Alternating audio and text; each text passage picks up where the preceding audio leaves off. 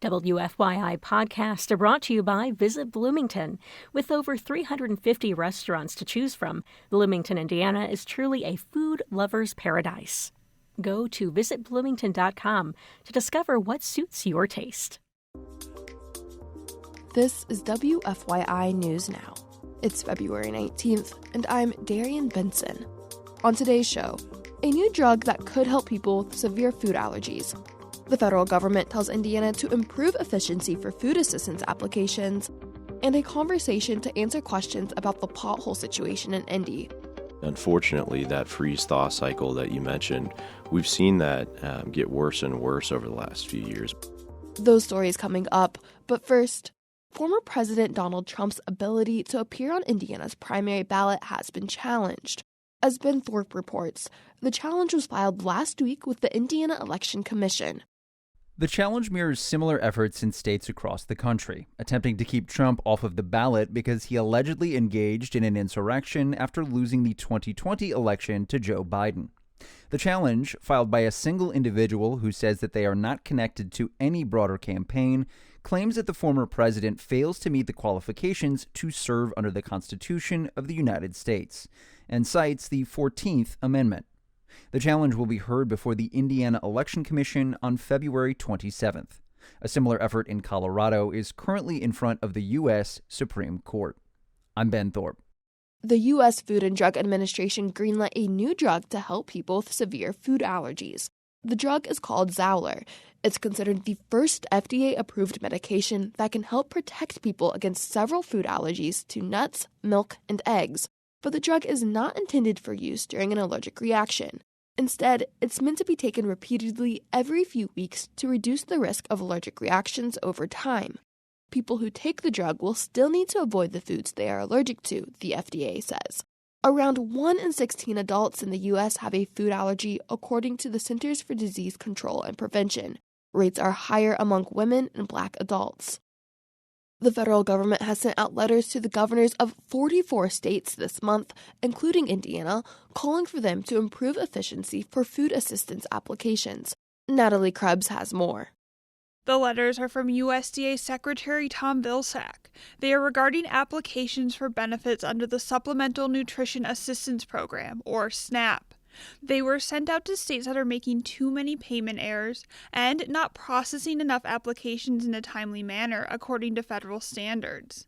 Alicia Hugulay is with the think tank Center on Budget and Policy Priorities. She says most states are still trying to get their programs on track due to the COVID-19 pandemic. I think this letter is really trying to get a message to states that, hey, we recognize you did a great job during the pandemic, you kept benefits going, and we now have to figure out how to get back to normal order and normal operations. In the letters, the USDA offers states resources and assistance to improve their SNAP metrics.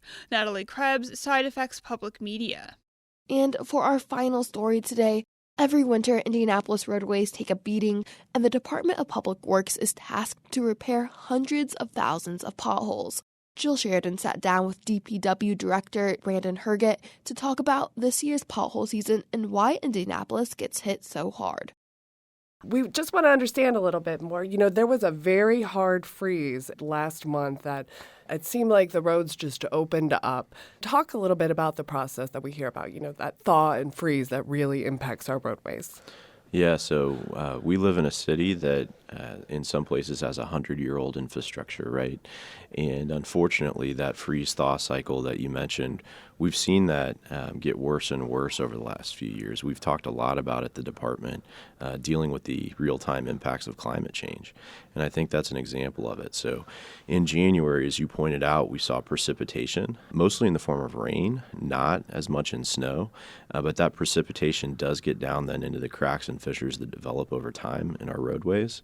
And when that happens, that freeze-thaw cycle starts to break down the substructure underneath the asphalt and the pavement, and that winds up creating those voids that become potholes that all of us deal with as we drive our city streets. We know that Indianapolis roadways, like you mentioned, are a lot older than some of our surrounding suburbs. That plays into it as well. I mean, we have older infrastructure.